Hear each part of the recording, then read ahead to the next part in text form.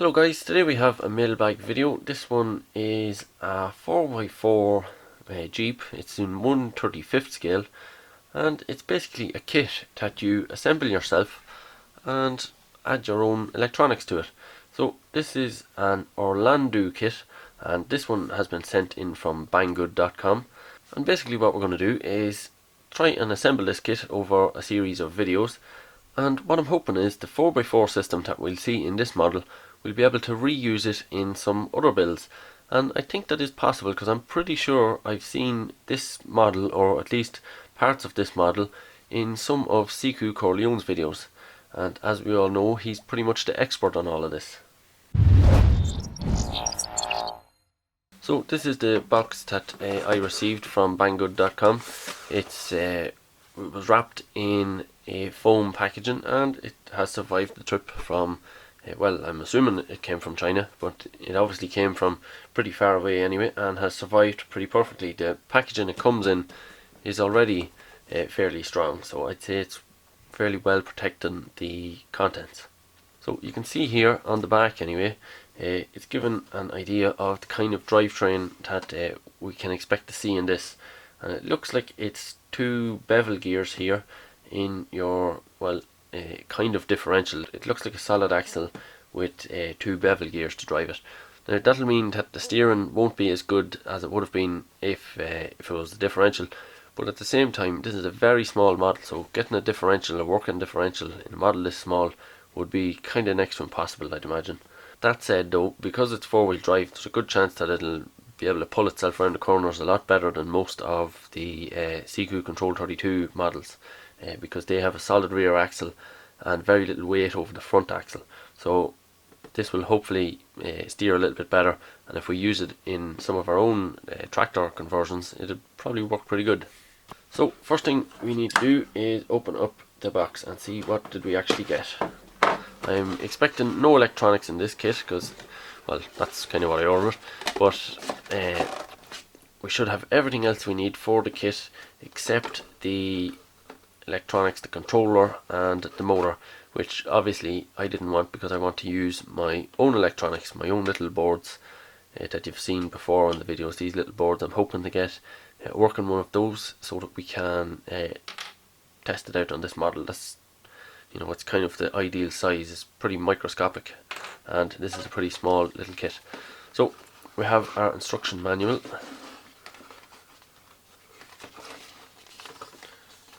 all our different pieces, and clear instructions on how to assemble them. So that's what we'll be doing over the next few videos, just assembling our kit.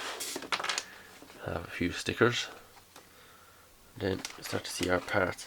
So you can see here our wheels, all very small, so that gives you a good idea of the scale of this model. And here's the body of the Jeep itself, so you can see quite a small model. But if we size it up to our John Deere, it's a fairly good match for scale, even though it's 1/35th scale, so it would be slightly smaller. But I think it's a fairly good match scale wise for our diorama and our generally our models that we use in the 1/32 scale. We have a little tool set here, it looks like. That's maybe grease.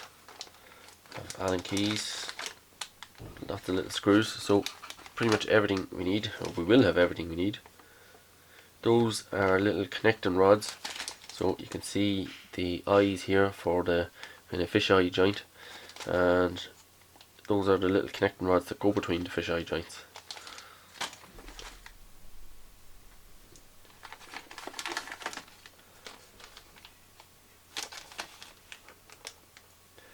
This looks to be part of our drivetrain, so those look to be drive shafts. You can see the universal joints on the top there. There's, well, those little pieces go in the middle, and you're probably connecting one of them and one of them to make your universal joint or your Hardy Spicer, whatever you call it.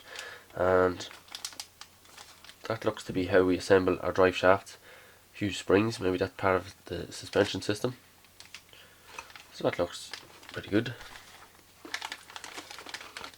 more of our drivetrain. There's the little bevel gears I was talking about, all very, very small. We have bearings here, so it's fairly decent system in terms of quality.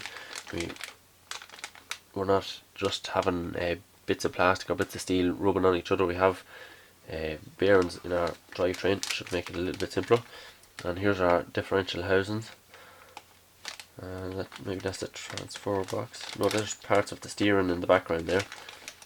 So all of those little pieces used to make up the drivetrain. Then we look to have some of the aesthetic components, so your lights and that mirrors, antennas, maybe that's window wipers there. So all little pieces that help to add to the aesthetic of the model. And then I guess this is our chassis. That looks like a chassis rail there, and that's parts of our transfer box, I'd say, and there's the casing for it. Then we have more aesthetic pieces, our bumpers, probably little what would you call them, little undercarriage protection plates or something. I don't know what you'd call it. So plenty of little pieces. It's going to be quite a complex little build.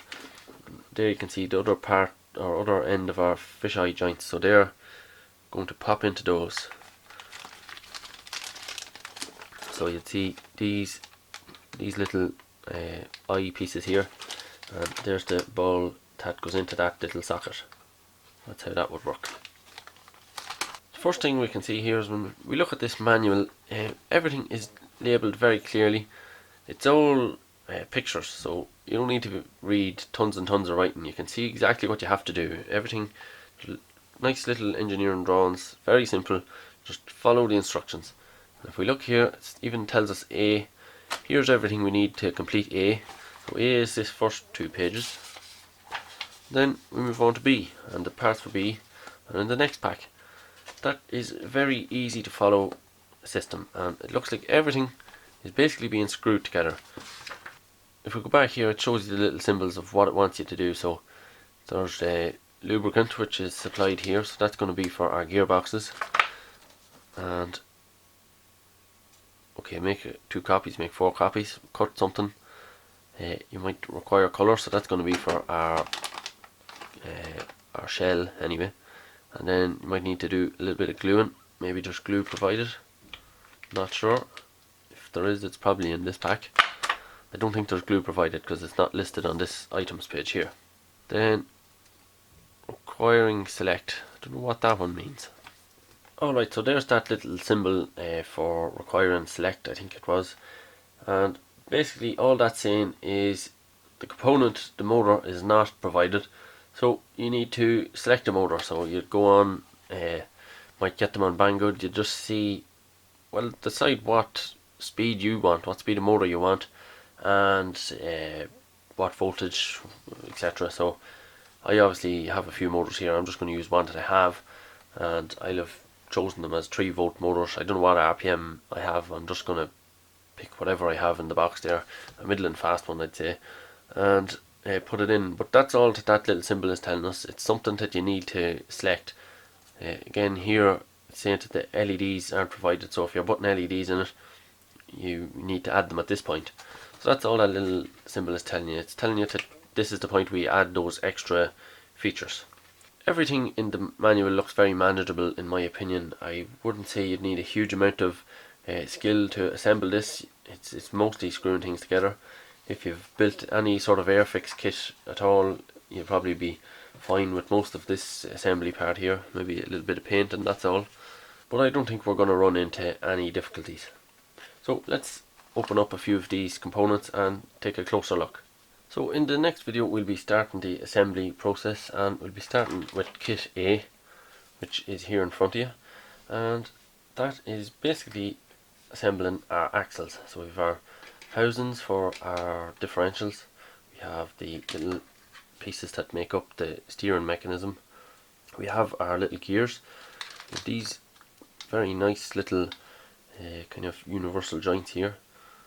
That's a very nice little mechanism there. And then we have all our little sections that's going to connect to our connecting rods and allow our steering to work properly. And there's our axles as well. So the long one for the rear differential and the short one for the front differential. So that's the plan for the next video. I'd say this is going to be a pretty interesting build, and I hope it's a good series. But if you liked that video, make sure and hit the thumbs up button, and if you have any comments or suggestions, let me know below the video. And like I said, this kit came from banggood.com, so if you're looking for one yourself, you should find a link in the description. That's all I have for this video. Hopefully you'll tune in to the next one, so thanks very much for watching.